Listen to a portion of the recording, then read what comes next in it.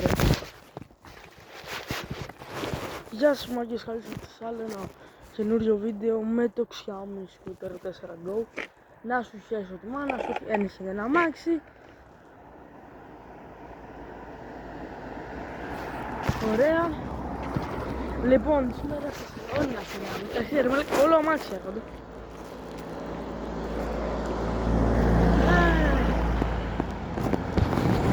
Θα σας κάνω ένα review το Xiaomi Scooter 4 Go, θα σας δείξω λειτουργίες, θα το πάμε και ένα test ride, να σημειώσουμε το έχω πάνω από ένα χρόνο στο πατίνι.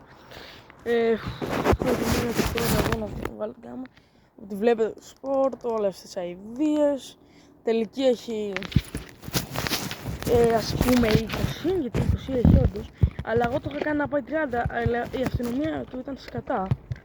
Έρευνα μου. Άρα αναγκάστηκα να το κάνω, να πηγαίνει πάλι 20, γιατί η αστυνομία μου ήταν σκάτα. Καταλάβατε? Λοιπόν, πάμε να ανοίξουμε φωτάκια.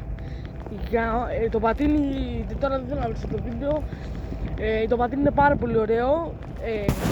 Δεν ήρθα για να πει ο V-Ride, ήρθα απλά για να σας δείξω το πατίνι. Για όσοι ενδιαφέρονται να πάρουν ένα ηλεκτρικό πατίνι, πιστεύω αυτό είναι το καλύτερο γιατί είναι και καινούριο.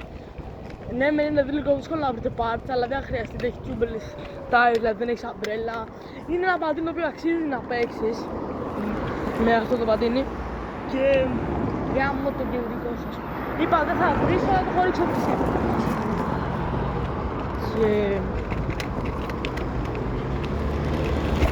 Και όπως σας είπα, οι οδηγοί, μαλάκα, πεζοδρόμια εδώ δεν έχουμε στους δρόμους και οδήγηνε για το... μετά, τώρα μην εσείς φταίς, μαλάκα, δεν φταίω εγώ, τι άλλος που πήγε, τον ηλίθ, εσείς το οδηγέ. Εδώ μαλάκα μου έχει σκυλιά, άρα δεν πολύ πάμε, άρα θα κάνουμε κι άλλο... Ναι, μεν θα έρθουν κι άλλα βίντεο παραλία, τώρα έχουμε έρθει εδώ κεντρικούς.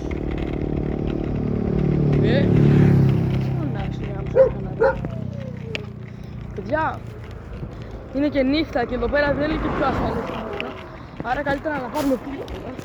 Ας πάμε λίγο προς το κάτω, σκάσε ρε. Θα δείτε το πατίνι που βλέπουν καλές αποδόσεις. Φρένα, πάμε να δούμε πόσο quick είναι τα φρένα. Τίποτα μαλάκα. Και δεν το πήγα καν στο 0 να το σταμάτησω.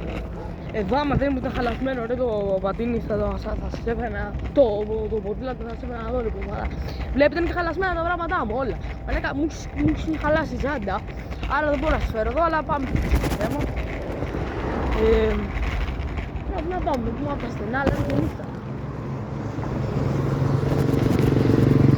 Και ποιος γάνει.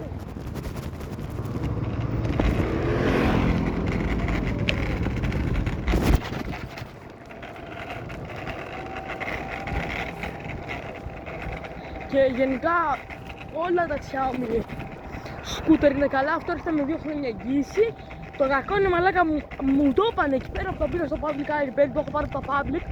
Μου είπανε το ότι ήταν θέμα της Xiaomi, το ότι μου κάνει και οθόνη και δεν άνοιγε. Καταλαβαίνεις. Άρα είναι θέμα της Xiaomi και εμείς πάμε και πληρώνουμε 600 ευρώ κάνουμε πρωτοβουλία, το πήρα κούρτας. Και τώρα κάνει 200-300 ευρώ, είναι γενικά όλα τα βάθμια.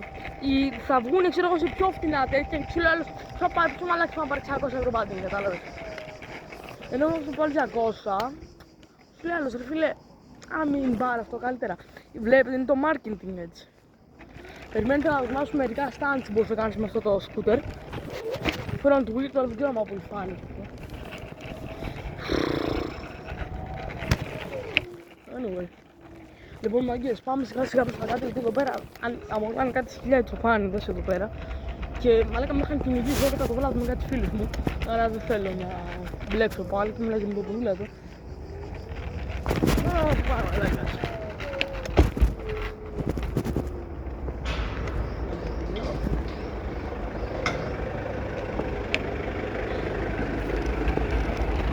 Κάτσουμε σε περιμένουμε, βλάμενα. Σας γράμμω. Παρ' όλα αυτά, άμα ενδιαφέρεστε για να πάρετε ένα Xiaomi ή γενικά ένα ηλεκτρικό πατίνι, πιστεύω αυτό είναι το καλύτερο πρώτο γιατί πρώτο πατίνι ήταν αυτό τώρα και το πρώτο μου είναι. Αλλά άμα θέλετε να πάρετε για πρώτο, αλλάξει στα 12 που έχω και εγώ προσωπικά ένα μηχανάκι, ένα Honda Innova.